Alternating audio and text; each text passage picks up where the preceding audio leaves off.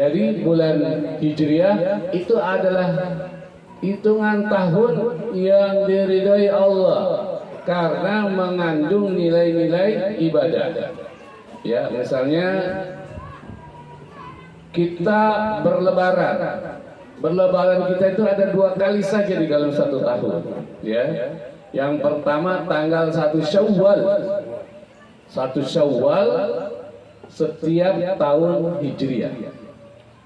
Yang kedua tanggal berapa, Bu? Siapa yang tahu? Tidak ada hadiah ini. Tanggal berapa? 10 Zulhijjah setiap bulan Hijriah, ya. Nah, ini disebut dengan hari raya apa? Idul Adha. Nah, ini yang baru-baru kita lakukan, ya. Ada berapa pekan yang lalu? Berarti kurang lebih 2 pekan yang lalu, ya. Tanggal 10 Hijriah. Nah, alhamdulillah pada tanggal 1 Syawal kita melaksanakan Idul Fitri dan 10 Hijriah, 10 Zulhijjah kita melaksanakan Idul Adha. Saat itu kita bergembira. Dan itulah saat yang paling menyenangkan dalam kehidupan beribadah kita. Idul Fitri karena kita telah melaksanakan apa? Puasa Ramadan. Bulan Ramadan apakah sama dengan bulan Januari atau dengan Februari? Tidak sama. Karena bulan Ramadan adalah bulannya ibadah. Bulannya takwa. Bulannya mendekatkan diri kepada Allah. Kalau kita tidak tahu tentang bulan Hijriah ini, tentu kita tidak akan mengerti bulan Ramadan dan tidak bisa menjalankan ibadah di bulan suci Ramadan. Demikian juga ada yang disebut dengan bulan-bulan haram. Ya, itu ada 4 bulan di dalam bulan-bulan tahun Hijriah itu yang disebut dengan bulan haram. Yang selain dari Ramadan tadi. Kalau Ramadan disebut dengan bulan suci, bulan ibadah, bulan takwa. Ini 4 bulan adalah bulan haram. Sekarang kita berbicara tentang hijrah itu sendiri, ya. Berpindah dari suatu tempat kepada tempat yang lain. Nah, masjid kita ini Masjid Al-Muhajirin. Ya. Kenapa dikasih nama Masjid Al-Muhajirin? Karena sebetulnya penduduk di sini, ya, kebanyakan adalah orang-orang yang pindah tempat dulunya. Kita tahu bahwa tempat kita ini banyak dihuni dari masyarakat suku Jawa, ya. Berarti dahulu ada yang hijrah ke sini. Artinya muhajirin semuanya dari Pulau Jawa ke Pulau Kalimantan. Kata Sayyidina Umar, al-hijratu faraqat bainal haqqi wal batin fa'arifuha. Yang artinya hijrah itu membedakan antara yang hak dengan yang batil. Karena itu ditandai dalam perjuangan Nabi kita SAW dalam menegakkan dakwah. Fa'arifuha, maka jadikanlah penanggalan tarikh kalian. Ya. Nah, sejak itulah para sahabat menggunakan kalender-kalender, ya. Ini kita sekarang berada pada tahun 17 Hijriah, tanggal 9 Muharram, tanggal 10 Hijriah, tanggal 10 Zulqa'dah dan sebagainya dengan menggunakan tahun. Dengan demikian populerlah di dalam kehidupan kaum muslimin penggunaan tanggal, ya, waktu, bulan dan tahun, dan tidak lagi menggunakan cara-cara sebelumnya. Ini perlu kita sampaikan untuk menunjukkan bahwa memang hijrah itu membuat suatu fenomena yang sangat besar. Perpindahan Nabi kita SAW dan para sahabatnya dari Mekah ke Madinah itu memang mempunyai manfaat yang sangat besar untuk dakwah Islam. Karena waktu di Mekah beliau berdakwah dengan pendekatan menanamkan akidah Islamnya, menanamkan keimanan, kecintaan kepada Allah dan Rasul, keyakinan terhadap hari akhirat. ya, keimanan kepada kitabullah Al-Quran. Jadi intinya adalah keimanan dengan adanya malaikat yang menurunkan wahyu dan menolong mereka dalam perjuangan. Keimanan kepada qada dan qadar. Itulah inti dari dakwahnya Nabi Shallallahu Alaihi Wasallam ketika di Mekah. Nah, kemudian setelah hijrah ke Madinah, maka Nabi ya lebih menekankan dakwahnya pada pembangunan syariah, di mana beliau memerintahkan sholat, berpuasa juga dimulai 1 bulan penuh pada saat itu. Ya, tetapi bukan berarti pada waktu di Mekah tidak ada sholat, ada juga sholat. Hanya sholat 5 waktu belum ditentukan waktunya. Ya, karena sholat 5 waktu ditentukan waktunya ketika Rasulullah ya melakukan Isra Mi'raj, dan itu 2 tahun sebelum beliau hijrah. Nanti diwajibkan oleh Rasulullah SAW di Madinah. Ya, demikian juga puasa Ramadan. Waktu beliau berada di Mekah belum ada puasa Ramadan. Nanti 2 tahun beliau telah tinggal di Madinah bersama para sahabatnya, barulah turun surat Al-Baqarah ayat 183 dan dimulai puasa di bulan Ramadan sebulan penuh. Tetapi apakah Nabi melakukan puasa di Mekah? Iya, beliau tetap melakukan puasa. Ya, makanya di sana ada puasa Daud, ada puasa Senin Kemis. Kalau puasa Daud itu memang sunnahnya Nabi Daud alaihissalam. Rasulullah pernah melakukannya, ya, terutama ketika beliau di Mekah. Demikian juga puasa Senin Kemis, karena beliau mempuasakan hari Senin dan hari Kamis. Hari Senin adalah hari kelahiran beliau, dan juga hari Kamis adalah hari diangkatnya ibadah-ibadah oleh Allah Subhanahu wa taala menurut keterangan Rasulullah sallallahu alaihi wasallam. Maka beliau mempuasakan hari itu. Nah, ketika di Mekah belum ada puasa Ramadan. Dengan sendirinya belum ada Idul Fitri, salat Idul Fitri dan lain sebagainya. Nah, di Mekah sudah ada ibadah An-Nahar. Makanya kita lihat surat An-Nahr, surat Inna A'tainakal Kautsar washolli li rabbika wanhar, itu turun di Mekah. Ada perintah sholat, ya. Tapi waktu itu bukan perintah sholat 5 waktu, tapi sholat yang lainnya yang diwajibkan kepada Nabi Shallallahu Alaihi Wasallam. Apa sholat yang diwajibkan kepada Nabi Shallallahu Alaihi Wasallam?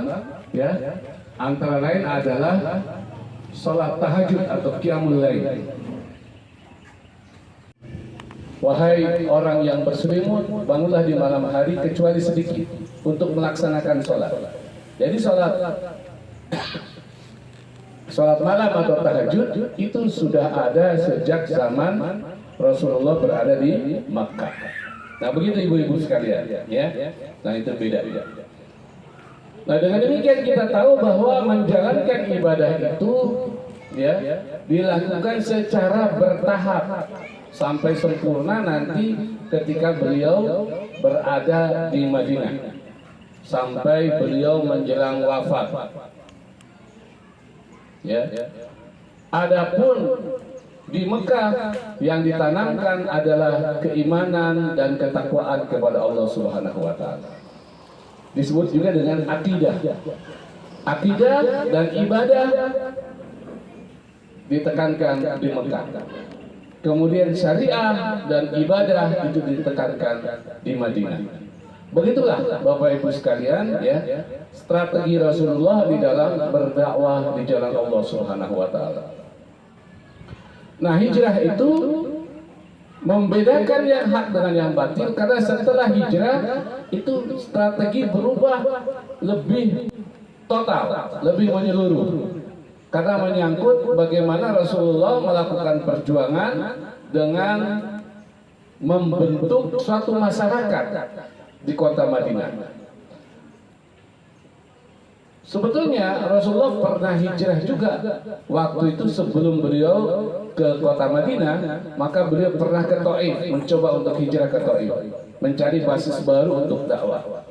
Namun gagal karena orang-orang Taif itu menolak kehadiran beliau dengan sahabat Zaid bin Haritsah waktu itu.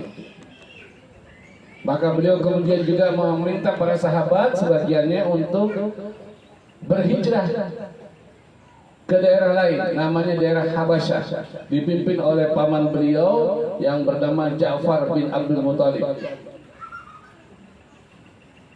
Nah, Ja'far ini berhasil membawa para sahabat Nabi ke Habasyah. Dan kenapa sampai berhijrah pada saat itu? Karena tekanan atau permusuhan orang-orang kafir Quraisy terhadap Rasulullah SAW di Mekah itu sangat hebat, sehingga menimbulkan penderitaan yang banyak kepada Rasulullah dan para sahabat. Para sahabat itu ada yang ditangkap, ada yang disiksa, ada yang dibunuh, ada yang diusir, ya, ada yang dipenjara dan lain sebagainya. Sehingga sudah sangat berat. Nah, Nabi SAW tidak melakukan kekerasan karena beliau tidak suka kekerasan. Maka beliau memerintahkan sebagian sahabatnya untuk hijrah ke Habasyah. Ya. Kata beliau kepada para sahabatnya, kepada sahabat Ja'far bin Abdul Muthalib, ya, izhab ilal Habasyah fa innaha malikan la yuzlamu ahadan fi mulki. Pergilah kamu ke Habasyah. Nah, karena di sana itu ada seorang raja yang tidak akan dizalimi, dianiaya orang-orang yang berada di dalam kekuasaan.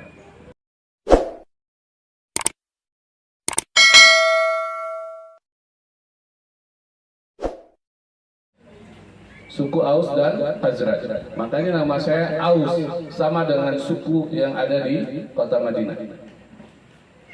Ya, berasal dari kata Aus, suku yang ada di Madinah itu. Khazraj, ya, juga adalah suku di Madinah. Nah, dua suku ini selalu bertempur karena dihasut oleh orang Yahudi. Ya, mereka tidak pernah damai. Mus'ab bin Umair adalah seorang utusan atau duta dari Rasulullah SAW untuk mengislamkan kota Yasrib, dan beliau mendidik atau mentarbiyah masyarakat di Yasrib untuk menerima agama Islam. Dan luar biasa, karena meskipun pemuda, hampir semua rumah di kota Yasrib itu kemudian ada orang Islamnya. Nah, kemudian mereka berjanji siap menerima kedatangan Rasulullah SAW. Dan masya Allah, ya, Rasulullah pun berangkat pada tahun 622 Miladiyah bersama sahabatnya Abu Bakar Siddiq radhiyallahu anhu. Ya, tentu dengan kondisi yang sangat berat karena perjalanan hijrah, ya, keluarnya Nabi Shallallahu Alaihi Wasallam dari kota Mekah ke Madinah itu penuh dengan resiko. Orang kafir Quraisy itu tidak mau